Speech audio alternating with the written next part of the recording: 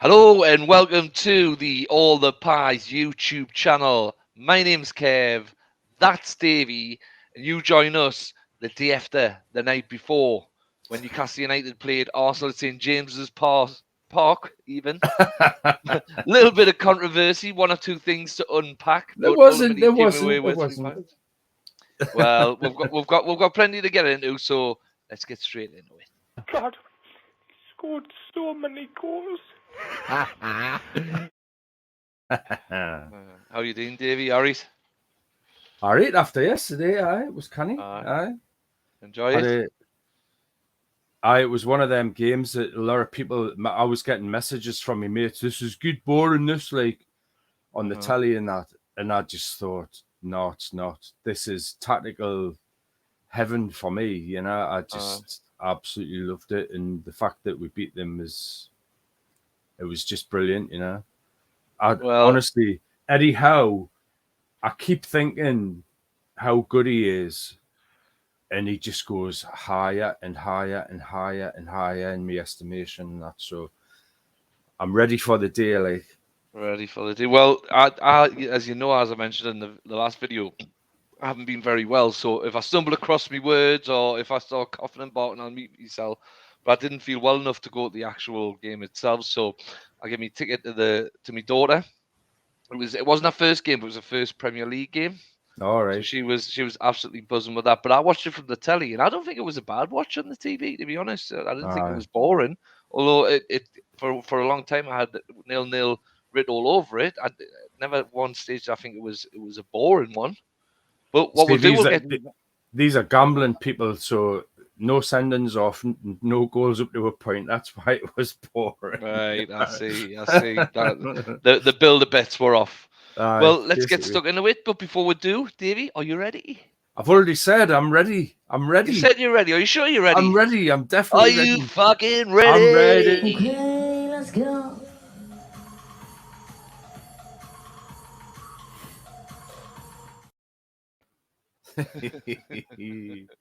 Oh man. Well, to begin at the beginning. So we had Daniel on the last video, and he messages maybe it's about half an hour before the kickoff once he saw the team, and he says, "My confidence of yesterday on the video is somewhat rescinded. Now that I've seen the Arsenal lineup, obviously there was a couple of changes he wasn't expecting in there, and suddenly wasn't quite as confident. What did you make of the two teams when they came out on the sheets, David? I didn't think it was that different to what he'd said, and I mean I watched it again a couple of times when I got in. Watched it today again. Watched Match of the Day and that. The only thing that was different between me and you, I think you got it spot on because you went with Joe Ellington and I wasn't. No, sorry, I went with Joe Ellington. Did you pick Willock?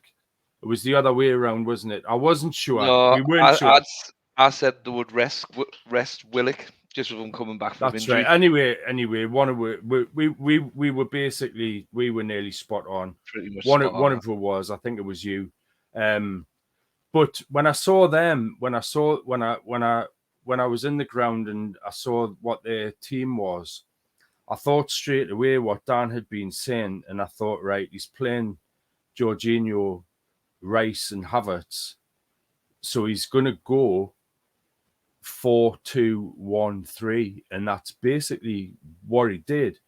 The thing with it, though, very early on, we came out quite quick, I thought, and they ended up Martinelli in the first half was playing almost like a midfielder. He dropped deep quite a lot, and that ended up leaving Nketiah pushing further over to his left-hand side. And then Havertz was almost like a false nine. But to be honest, neither Saka, Nketiah, or Martinelli got a kick of the ball, that did anything of any danger to us really throughout the whole game. I just wonder, because I had mentioned about how I think Odegaard's a fantastic player, and he wasn't even in the squad. So when he wasn't mentioned, I thought, we've got a chance here. And I just thought Bruno up against Jorginho, Bruno's going to win every day, you know. So that's kind of what I was thinking, and it sort of came to fruition, really. Well, I think the exclusion of Odegaard had taken everybody by surprise, Arsenal fans, us included. I'd been watching a little bit of build up on some of the fan channels for Arsenal, and it did seem to change the confidence levels amongst the fans a little bit. And the first 10 minutes, I mean, for me, we were the better team. The first 10 minutes, Yeah, we'll, definitely. we'll come out the traps well. And I was thinking to myself, look, at this is the way I like it when we start games like this. Let them know we're in the games.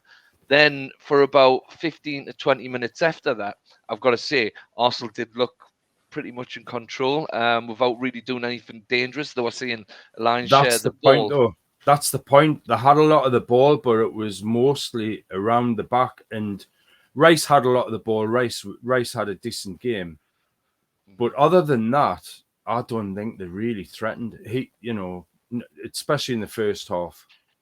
Well, I mean, I feel like they were, to a certain extent, the creators of their own demise, because they'd done the hard thing of silencing the crowd after a good 10-minute start. They were giving themselves a bit of a platform to maybe build on. And me watching it on the TV, I thought, oh, we'll be lucky to sort of not concede soon. And then Havertz just did what you don't want to do. He lit the fuse. Yeah.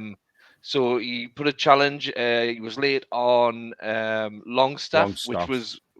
was a terrible challenge. There's no two ways Yeah. about it. He was lucky, but what it really did for me is it brought the crowd back to life.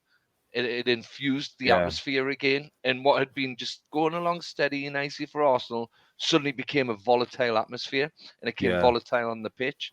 What did you make of the whole incident surrounding Havertz? Well, first of all, if you look at it, he was both feet off the ground. He came in, studs up, and he got Longstaff's left foot with both legs. He got it with his right studs, and came through him again with his left leg. And for me, that's a red card all day long. And if the linesman was flagging and, going crackers with his flag, you'd think he just got it for Christmas or something, you know what I mean? Or for his birthday. He wanted to use his flag. But the thing that I noticed when I watched it back, which I think is really, really interesting, as soon as the flag went up and the ref saw it, the ref was quite a distance away. He was about 20 yards away, 25 yards away. He immediately went into his pocket. He immediately went in, and then he started running over. And he had already picked out his yellow card. Now, for me, what the ref should have done was gone over, Consulted the linesman. and you replay it in your own mind. You can see it, and you replay it in your own mind. Had a word with the linesman first of all, and he's going to have a voice in his ear from the VAR people.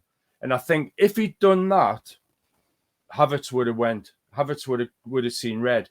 But he made that mistake straight away. His hand in the pocket, and he had the yellow card out. And he's not gonna. He's one of these really finicky. To word I use, he's one of these referees that he likes to get all of the little finicky, all the little bits of admin kind of refereeing spot on, like the ball's moving or the ball should be there. But he didn't even get those things right yesterday. But this was a huge decision, and he didn't give himself time to make that decision. He didn't give himself that thinking time, consultation time. And he's one of these where there's no way he was going to put that yellow card back in his pocket and then pull out a red. It just was never going to happen, because he's never going to say, I've made a mistake.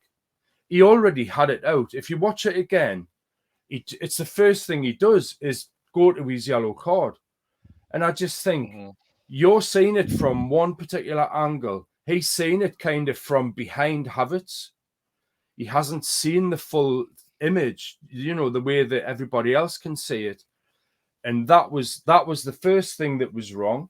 He didn't consult with the linesman, as I've said. He didn't speak to anybody. He just didn't do any of those things. And because of that, he ended up. Now, I looked at it again and again, and the Newcastle players, yes, there was a couple of them went to him, but they weren't like right in his face and giving it this and touching him or anything like that. And Gordon was literally standing there and having a word with him and saying, I think you've made the wrong decision, kind of thing. And he books Gordon. And then he books Shea. And then he books Longstaff, who's just had the foul made on him. He gets up after getting treatment, and he gets the same punishment that Havertz had. So 3 Newcastle players were booked, and Havertz must have walked away from that absolutely killing himself laughing, thinking he's really done them here. We got 3 bookings for one in that incident, and it was absolutely shocking. And the referee, for me, completely lost the game by then. And he was getting shouted at a few times already for a few mistakes. He never recovered. He never recovered. Oh, yeah, he never recovered from that incident. He's one of these referees. Sorry, Kev, I'm having my rant. He's one of these referees, and there's a few of them where if he has a really, really terrible day and he does something really, really bad, they'll demote him. Where he'll basically lose one game. He'll not referee for one game. None of that will happen for yesterday, because he's dotted his I's and he's crossed his T's and he's done his little bits and all of this kind of thing. And he's written their names properly and all of them, all the, the little bits that they have to do. Anybody doing a job like that, the way that he did his job yesterday, would be on a warning or sacked straight away, demoted to the lower leagues. But why should the lower leagues suffer referees like that? They're bad enough anyway. Something's got to be done about the referees. The problem is I've said for years and years and years, I've said since the late 80s, when I first watched rugby, that they should take a lot of things from rugby, right? And one of the things is getting ex-players for the referee. And that's not going to happen now, because the amount of money that players are on, there's no way they're going to be like turning up and getting the stick from crowds and players and this, that, and the other. It's not going to happen. But you can maybe look at players who have played maybe in lower leagues, like the National League or something like that, where they will know how the game is played. They know what players are setting out to do. They would know straight away that Havertz was trying to do Longstaff. And Lascelles had a hold of him and he was saying, you try to do him there. And he knows he did. And he got away with it. But it's down to the referees to sort themselves out. It was absolutely pathetic. And it set the tone for the rest of the game. Well, I saw an interesting point on someone, I think it was Facebook, somebody had put on, and it was along the lines of, look, the Premier League, is widely seen as the #1 league in the world. We go all around the world for players of the top caliber. We go all around the world for managers of the top caliber. We get sporting directors from all around the world, chairmen from all around the world. Yet we referees have to be English. Yeah. Why can't we have? If the standard is so bad, and I know the PGMOL are trying, you can see that they're trying, and I feel bad for Howard Webb a bit, because he's working with a right bunch of numpties, and at least he goes out on this show and he'll put his hands up and say, look, they get this wrong, they get that wrong. But it's just so consistent. Like, they're so consistently bad. So consistently I bad. remember a referee called David Ellery, right? And he was David Ellery. He was the headmaster at Eton or Harrow, one of the two, I forget. I think it was Harrow. Now, there was a program about him, right? I'm kind of going off the point a little bit, but it brings it back. In this program about him, they were talking about him and like how much did he love football? You know, how did he get into being a referee? And he said, "Oh well, I had pictures of referees on my wall," and you just think that should bar him from ever becoming a referee. Having pictures of referee when everybody else had Raquel Welch and Marilyn Monroe or Bobby Charlton and George Best or whoever, Malcolm McDonald, he had pictures of bloody referees, you know, on his wall. That alone should stop him, you know. If he comes out with something like that, it's a disclaimer. Honestly. But that I'll look at these referees now, and I think they were probably exactly the bloody same. They probably had photos of George Courtney giving it like all of this. Well, Do you know what I mean? that's I'm simple like, as that, Davey. I'm just picturing people of different work can you imagine them with going to pictures bed of. at night? Like, I oh, used to I love you, I love. Do you know what I mean? It's I used to absolutely work in fruit. crackers, man. I used to work in fruit and veg for a long time. It's like me having posters of Pete Beale and Martin Fowler on the wall. I'm dying. Sorry about that.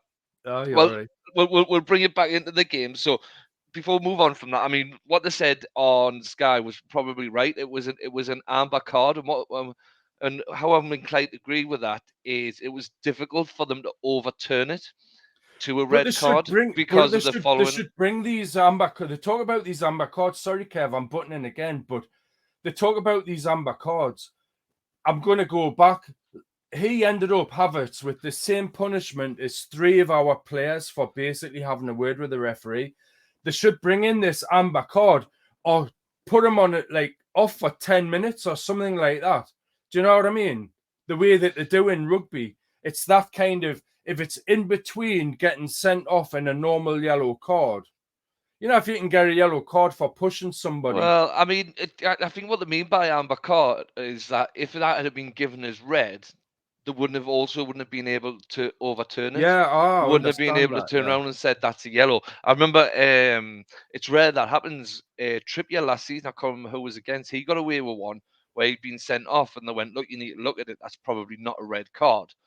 Whereas that one, it's a strange one because, and I think what you said, what makes us feel like it is a red is the fact that both feet have came off Yeah, the yeah, floor. he was What makes us out of think that control. what makes us think that he's getting away with it is that it's his trailing leg that got him. If his first leg had got him, he might have broke his leg. So But I'm pleased he didn't. both legs got him, but he didn't get Yeah, him quite as much as he would have liked. He was not with nowhere the. near the ball. Mm. Nowhere near the ball. I mean, But getting we back to then the go on sorry. going back to the game. Mhm. It pains us to say, but Bruno was very lucky to stay on the pitch as well. Should have been off. Should have been off. You When I know? saw it, right, when I saw that, right, and this is what I'm saying by it ignited the game.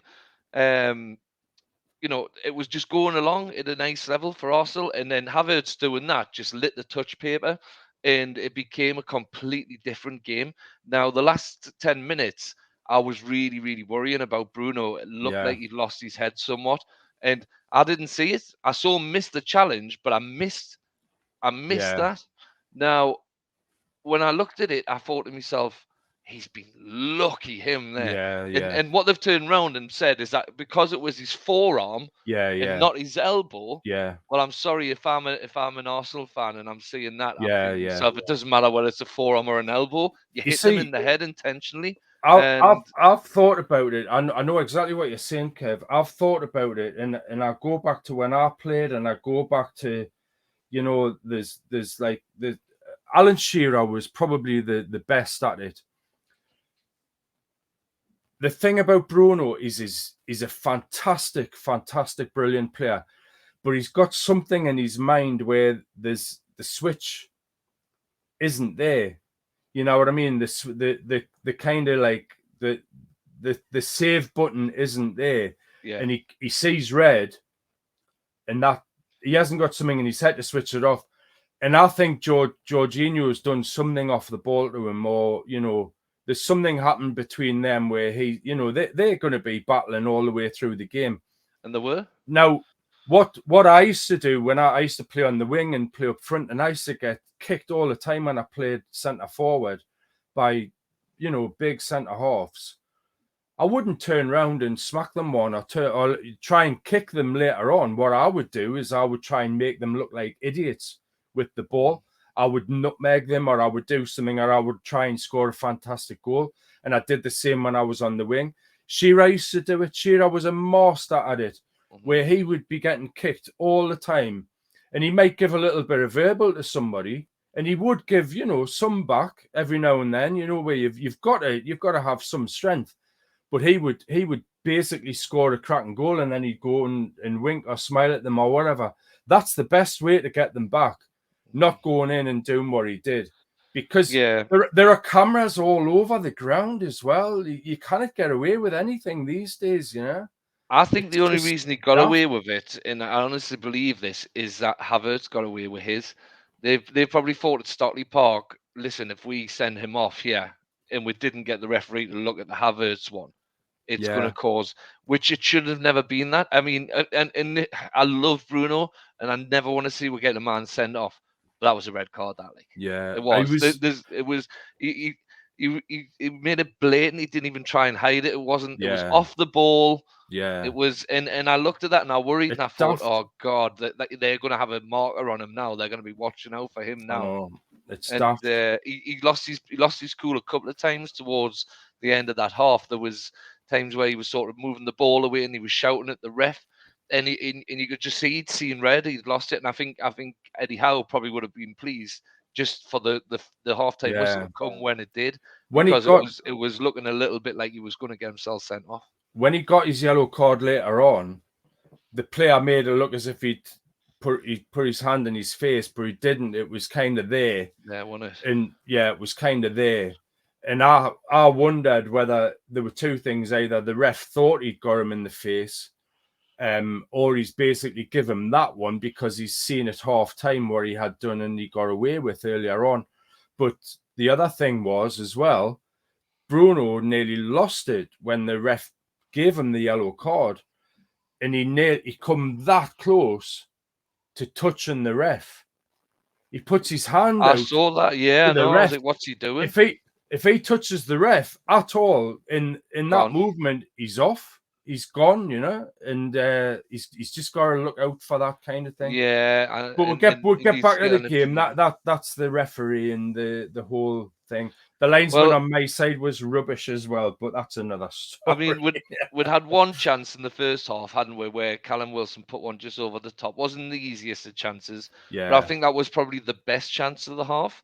It was offside as well. Like it was offside. It was slightly offside, and for me, watching it at home, I thought to myself, this has got 1-0 to somebody written all over it. This, and the nerves were getting the better of his at the beginning of the second half, because they came out decently as well. And it got to a stage where we started looking a bit leggy and I had to make substitutions. I think maybe he's had Tuesday in mind a little bit as well. But they made the decision to take off Callum Wilson. Yeah, I think that's what he was thinking, Yeah, and they put Gordon up front. We saw Joe Willock come on, and it worked instantaneously. When so was it? I believe it was Joe Linton played a ball out to Murphy on the right hand side. He plays a shot that goes across the goal, and everybody switches off apart from Joe Willock. Now Joe Willock keeps it in. Does he keep it in? We'll get on to that. He plays the ball across. Rhea, he flaps at it, misses it. He's all out of position. The Joe Linton header doesn't go in, but Gordon knocks it in on the line. So before we get into this, I was watching it from home, right? And when I first watched it in real time, when Joe Willock went across to it, I did think it went out, right? But the referee ain't going to see whether that went out or not. Absolutely not. He ain't going to see whether that's went out or not. And he's played it on because he hasn't seen whether it's went out or not, right? So when the goals went in, and when they've looked at that, and they haven't had a conclusive. Now I've seen the pictures of the ball in front of the line, and then the counter argument to that of saying it's a sphere. You have to be looking down on it to know whether it was fully out or not. Both of which are correct. the top and the bottom of it is exactly what they said. There's no clear evidence to overturn the original on-field decision from the angle they had. So you forget about it because neither side's right with this one. Yeah, exactly. We're not right in saying it definitely didn't go out. Arsenal are right with saying it definitely did go out. Nobody knows. So after that, it comes down to the other part of what it got looked at for, which is probably the part where I think they had their best shout. Was it a foul on Joe Linton? I'll tell you what I think first, and then I'll find out what you Right, think. go on then. At first, I thought it was a foul. At first, when I first saw it, for the simple reason he's got both of his hands. So when they were looking at it and I saw that, I thought to myself, right, okay, we could be in a bit of trouble here. However, then when I looked at it a little bit closer and I saw the position of Ray, right, and he was completely out of position for that cross coming in, and when he flaps at it, I think when I look at it back, it wasn't Salibia, it was It was the other fella. Gabriel. So yeah, he's went in, and I think he's went for the header, and he's already on the way down.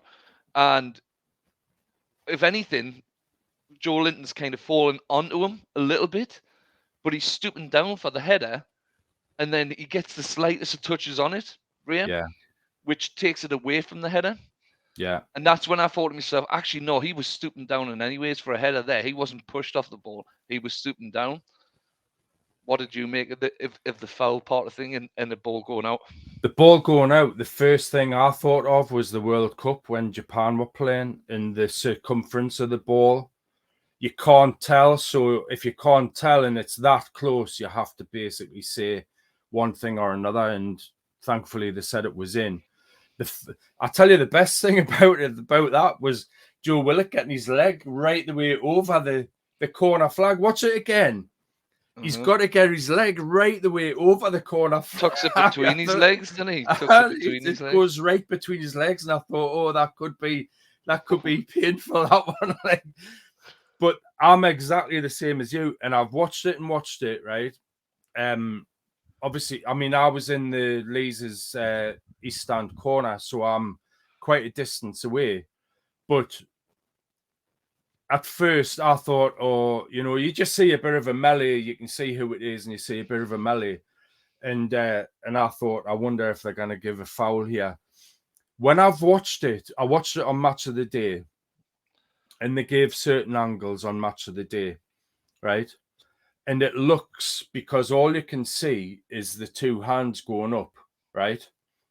But I watched it on Sky, and it's exactly what you've said. You watch it from a different angle, and he's ducking in to get the ball and head the ball out. Mm-hmm. And he's already down. So Joelinton, basically, he's got his hands there, but it's almost like he's got his hands there almost to protect himself. I don't think he's actually pushed him. And to me, I don't think it's a foul.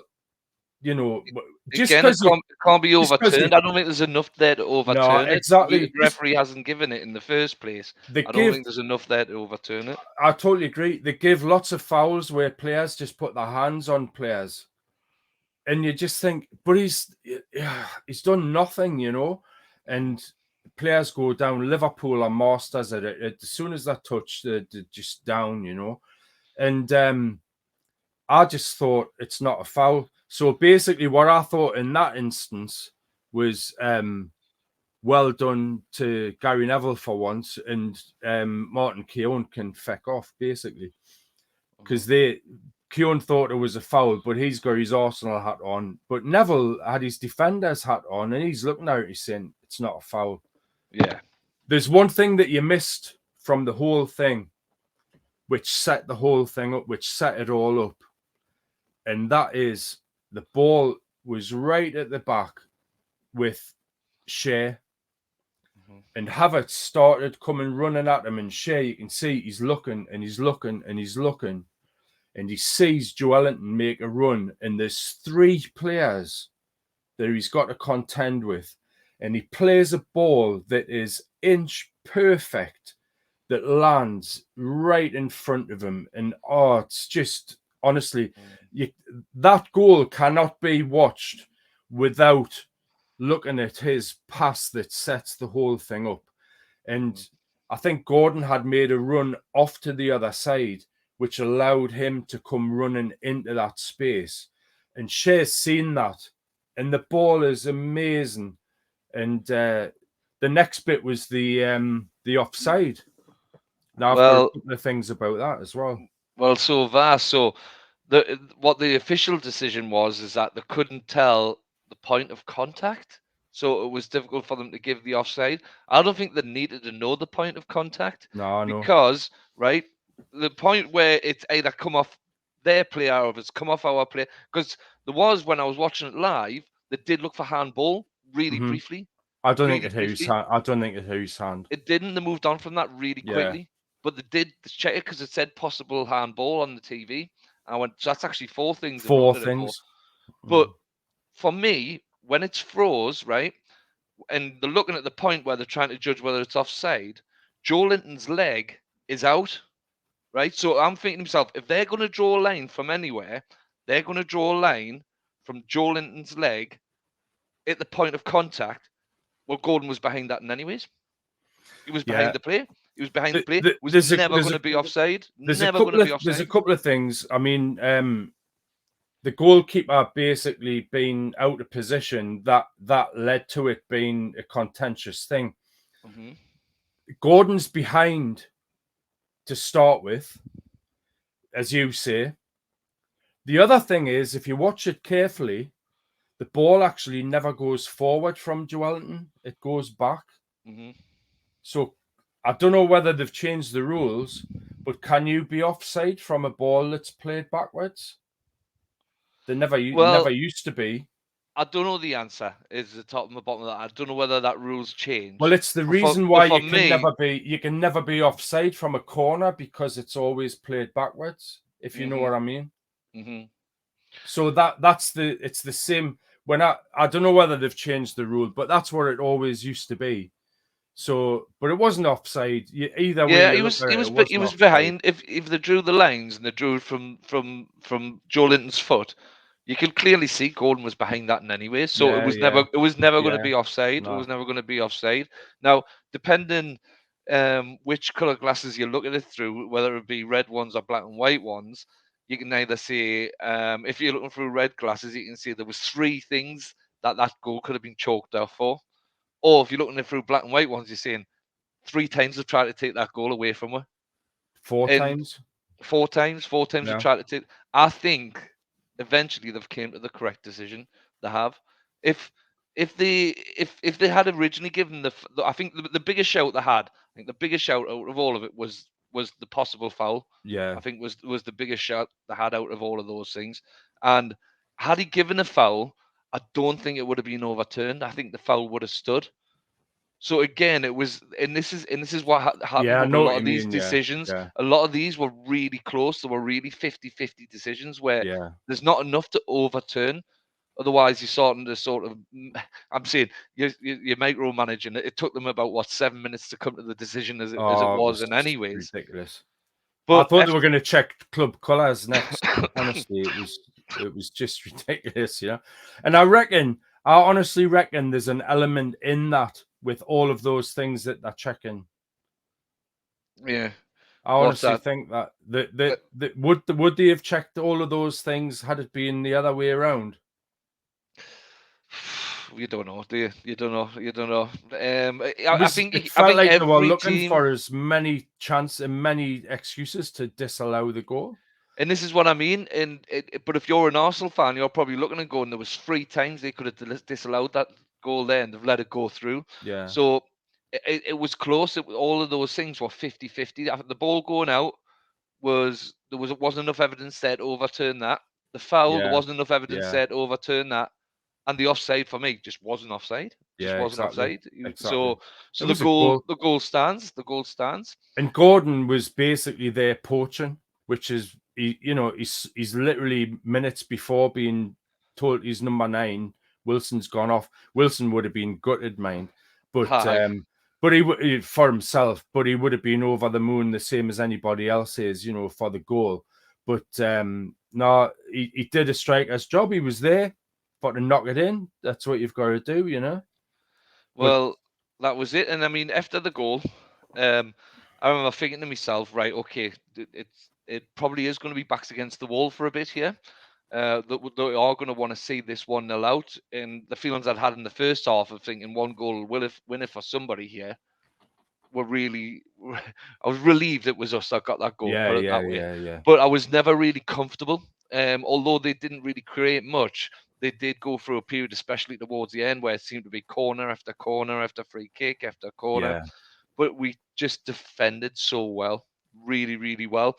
And for me, my man of the match was Lascelles. It was Yeah. Lascelles because Yeah. he was fantastic. I think the best player on the pitch was Declan Rice, by the way. But for us, the man of the match had to be Lascelles because he conducted that box area during that time of really, really, really intense pressure, and he just gave them absolute scraps to feed on. So He was immense. Yeah, he was brilliant. I mean, when I looked at the way they came out second half, even before the goal, and they basically at times were playing 2-3-5. You know, Rice pushed right the way up, and they had the two fullbacks were pushing up, and they left with the two at the back, and Jorginho was the one like sitting holding, and they were trying to get in down our wings. And if anybody hasn't seen it, if you watch Match of the Day and the bits after it when they talk about the game, the way that the fullbacks played, but also Anthony Gordon, Miggy, Joelinton, Longstaff, Richie when he came on, honestly, and obviously Livramento when he came on and went over, Trippier went the other side. The tactical way, this is what I was saying about how Eddie Howe could not go. I didn't think he could go higher in my estimation. You can watch when you watch Richie when he's on, he's actually pointing. He's pointing to the point behind him to say, we need to cover that space because that's where they're trying to get into. So he had Martinelli, but he'd come to get in between Martinelli and Livramento. So he'd come back for to get into that space. So Martinelli's he can't just push the ball past him and run for pace because you've then got the fullback there. And then when he had the fullback and when they did get through that, Livramento was superb. But all of the fullbacks, when they actually got to that 1-1 position, both Shaw and Lascelles came across and covered as well and stopped them doing anything at all that was of any worth. But you can see Richie is pointing to the space, and Longstaff was doing it. Joelinton was doing it. But I said earlier on Twitter, I said, as much as I love him, you can see why we bought Anthony Gordon and sold Alan Saint-Maximin. Because Gordon, the pace that he runs and runs, and it's not just running, it's not just jogging, he's sprinting all over the place. Now there's points where he's on the halfway line and the balls come out to Saka and he's got 20, 25, 30 yards on him already, and Saka's looking, he's kind of, hurrying and waiting and looking to see what he's going to do with either Trippier or Burn. And he's making runs back, and Joelinton's doing the same thing, but he's sprinting back every single time and getting into that space where he's stopping them doing anything. He's saying, right, you've got to get through all of us now. You can't just get through him, and you can't come inside because I'm here as well. Do you know what I mean? It was just brilliant. Now, people would say, we'd love to have kept Alan St. Maximan, and I would love to have done as well, but he wouldn't have been starting. He wouldn't be starting ahead of Gordon, and he'd be sat on the bench. Now, would he want to sit on the bench? And I think that's why he went. Plus, we needed that little bit of money to buy people in. I don't want to go on about Alan St. Maximan because it's ancient history now. He's gone. But that to me was the moment where you could see the work rate that Gordon put in on top of the skill and the way that he plays going forward. His work rate coming back was unbelievable. But it wasn't just running back into a space. It was running back into a space that looked at tactically, where they're playing against two of the best wingers in the country. These are top wingers, and they will have looked at how to play against them, and it worked. It was absolutely brilliant to watch. It was absolutely fantastic to watch. And other people looking at it would go, "Oh, it's boring." Even them kind of get through and do whatever. But for me, tactically, that was just genius. It really was, and that well, I've got this little thing that I do after the end of a game where I'll try and sort of sum it up in one word in my head. I've had words such as routine, unexpected. My word yesterday was pleasing. It was a pleasing. It was a pleasing win. That it was I'll explain why. Well, firstly, it moves up to 6th place. We've had a good result today with Nottingham Forest beating Aston Villa, so only 2 points off them, 4 points off Arsenal. It bridges that gap. What else made it pleasing is I feel like the team's in a position now where we're sweeping aside the teams we should be. We're the lower teams. We're just we're making light work of them. The mid-table teams were beaten, and every time we play one of the top teams, i.e., what you would see the big 6 teams in previous seasons, we're in every single one of those games. None of them are having an easy time against Newcastle United, and for me, that's really pleasing because I feel like now we've established ourselves in that top 6, in that top. That I just cannot see we're not finishing in the top 6 now if we continue to play like that, because Arsenal, we have to keep reminding ourselves, Arsenal 2 seasons ago are not the Arsenal that they are today. They're a much better outfit. They were the 2nd best team in the league last season. They're going to be there or thereabouts this season, and they look at a game like Newcastle United away and probably think to themselves, "I would take a point against that one." That to me is pleasing, that the big teams are now coming to us in taking us seriously, and that ain't going to change from now on. That's the way it's going to be from now on.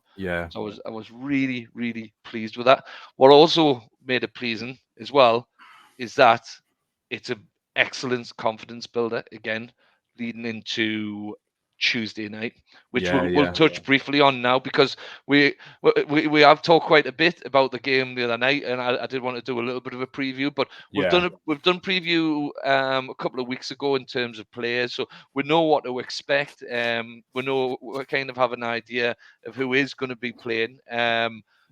In sort of what we're going to have to look out for.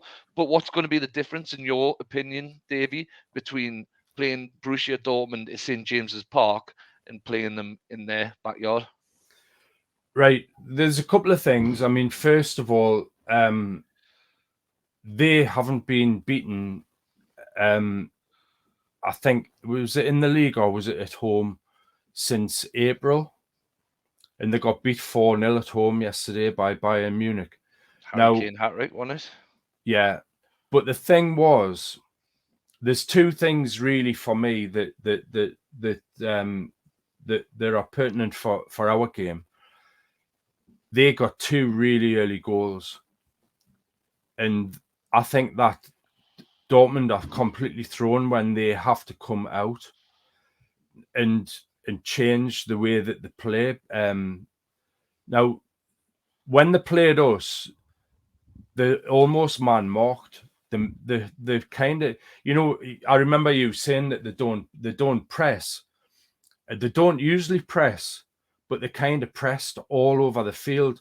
They didn't press in numbers in the way that we press, like against, like high up the field.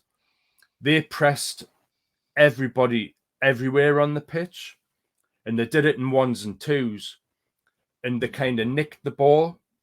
They were brilliant at tackling without going to ground, and they were nicking the ball, and that's how the goal came when Schotterbeck took the ball off Gordon, and he went running down, played a 1-2, ball in, goal, bang. There was nothing we could do about it. I thought they were fantastic when we played them, and I thought tactically they were brilliant. But the tactics as well, in terms of the players available, I think there's going to be a slight change. Now, they played a 4-3-3, but recently they've been playing 4-2-3-1, which to me, I've looked back, and that's how they started at the season, the 4-2-3-1. And they've played 4-3-3 depending on who's available. Now, there's one player who's back, and he's a fantastic player, and that's Brandt. But he plays in behind the striker. So they play 4-2-3-1, and he's really, really important to them going forward. He basically makes everything happen higher up the pitch, and he links with the wingers and he links with the centre forward. Now, I think they'll play Royce and Mallon either side of him, and they'll play full Krug up front. It doesn't really matter who they play. He's the key to them. That they'll have Sabitzer and probably Mecca, the guy who scored the goal. He was on the bench yesterday, came on, but Emre Can's been missing since our game against them. He's still injured. Apparently, he's got a really bad bruise, which But anyway, that's one of them things. You just think, a terrible bruise on his shoulder. You're soft to get, But anyway, the fact that I think that what they'll do is they're playing at home and they'll be thinking, right, Newcastle are going to have to worry about how we play. But the fact that they're looking to play that 4-2-3-1, it's kind of how Man United played on Wednesday. And the way we played against that, we destroyed them. Mm-hmm. And I think the way I think he'll start with the same starting team that started, depending on whether Dan Burns fit or not. Are you talking about the same starting team that played then the last time, or they played yesterday. I think we'll start with the same team that started, depending on whether Dan Burns fit or not. Because he's obviously done his back when he landed on his back, and had to come off. So him having to come off is, but whether I think our three in that midfield will mean that Brandt will probably end up having to come deeper, and that's not his game. He's a link player. He's basically a number 10, and teams don't play number 10s very much anymore because it's like a luxury position. You expect the centre forward to kind of do both jobs by themselves in a way, and you've got wingers that come in from outside and come in, and they kind of take up that role, and you have maybe like a Longstaff or a Joelinton to come into that sort of position as well, or Willock or whoever, Now, we could go against them and have the same kind of formation where he could play Bruno and Joelinton and then either Longstaff or Willock in front. But I don't think he's going to do that. I think we'll just play our 4-3-3. But if we come at them early and we get an early goal, I think they'll fall apart. I really do. And because of the formation that I think they'll play, because Brandt's been missing, and he was missing in the first game, and he's a really important player for them, that's another reason why I think Eddie Howe will be kind of smacking his lips and thinking, let's just go for this. Mm-hmm. It's a free hit. Basically, we're not expected, but that's what I think will happen. going into the game, where my thoughts have been. Because I'm intrigued because I look at it and I think to myself, right, what have we learned from the first game, and what can we do differently? Now, you rightly said before, although Dortmund aren't a pressing team, they did seem to press for quite a bit throughout that Yeah. game, and I think that startled when we didn't expect it. So my initial thoughts is to say, right, okay, maybe us as the away team take a leaf out of their book. However, are we in a position to do that sort of a press, given the amount of games we've played recently, given the injuries that we've got, given the energy that takes out of you? Is that a tactic that Eddie Howe will want to? I think for me, it's about pressing, but pressing at the correct times. Yeah. Pressing at the correct times, because I think there's going to have to be times where we're going to have to accept that they probably are going to have a bit of possession, but we really need to be positionally correct in those moments, and then pick the moments to press to try and hit them. Now, I'm no tactical genius or anything like that. They might go out and do something completely different to that, but this is why I think it's going to be a really intriguing game, because can we learn much from that first game? With Dortmund being an away team, I suppose we can in a way. In terms of, there's probably going to be similar sort of starting lineup in terms of players. We know who's dangerous. We know who to keep an eye on. But then again, I imagine Dortmund are going to be a different beast, being in front of their own fans as well. Then you Yeah. take into account what happened yesterday. Now, again, that is which side of the coin do you look at? Is it a good thing that they've been thrashed 4-0 because the confidence mightn't be as high, or are they a bit of a wounded animal at the moment? And if they are a bit of a wounded animal, is that a bad thing? Could they be wanting to come out and say, right, okay, the best way to put that heavy defeat behind we is by winning in the Champions League, and especially Yeah. winning with home games? So I think it's going to be on a knife edge. I really do think it's going to be on a knife edge. And well, I'm heading over there, as you know, Davey. Hmm. I'll be taking a few videos. Haven't got a ticket, which I'm gutted about. Had toyed with the idea of going in the home end, but I don't know if I'd be able to Nah, it's not contain a good myself idea. if we It's not a scored good and I end up idea. getting pulled out by me ear and then having the shit kicked out of us, Yeah. which I don't fancy. But nonetheless, it's going to be an absolutely great atmosphere over there. Now, this is what we've been looking forward to for years and years and years, is away days like this, and it's going to be exciting. The last time, it feels like a lifetime ago since Newcastle were in Milan, and Yeah. and I think we learned a lot that night as well. I think as far as Champions League goes, we're constantly learning. We're constantly learning, and we seem to be picking it up quite quickly. We're definitely in all of the games that we're playing in, which leads me to the question for you, Davey, as we all run out of time. Yeah. Score predictions. Everything I've just said is making it very difficult for me, so I'm intrigued to see what you've got on I'm score gonna I'm predictions. gonna say something quickly before that. Go on then. I think tactically stay as we play. If you look back at the last game, there were loads of interceptions that they made. That if they hadn't made these last ditch interceptions, Gordon and Miggy and different players would have got through 1-1 on the keeper. They were really they were lucky and they were brilliant. But was But that luck? That's what I'm saying. Was that but luck? it's And this is what position. I'm. It's This is what I mean positional by, play. do you take Yeah, a lesson from this and but say, well, actually that didn't work? what I would say is rather than playing, we carried the ball too long sometimes, and we try to play the killer ball from a little bit too deep. Hmm. I would be a bit more patient and try and play these triangles further up, and Yeah. then try and get in. That's what I would do, and that's how we normally play. I think the occasion kind of like got with a little bit.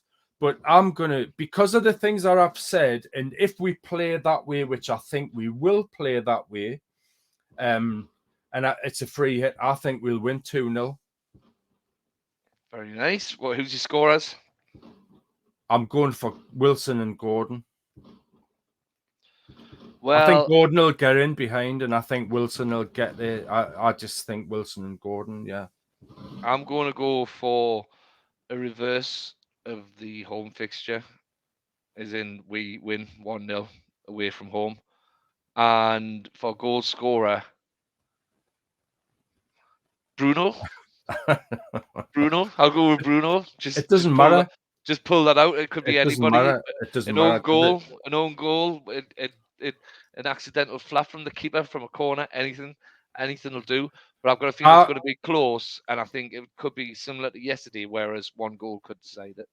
I think we learn more from the first game than they will. Yeah. And we can play better than we did in the first game. I think they were as good as they are. That's as good as they're going to get, if you know what I mean. And the fact that I reckon they're going to change their formation and it's not working, I think it plays into our hands. I really do. Hopefully. Hopefully so. Well, I wish I was going, but I can't afford it, as you know, and I couldn't travel at the minute. I'm just not well enough. So well, I'm not well neither, Davey. To be honest with you, I'm not looking forward to the journey tomorrow because I've got to get the train to London, then I've got to get the tube to Heathrow, then the flight to Dusseldorf. But I'll manage. terrible. I'll manage. Well, if you're getting this far in the video, thank you very much.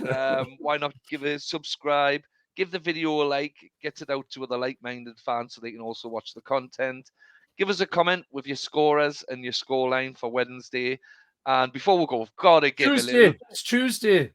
Tuesday even. I don't know what day we're going on.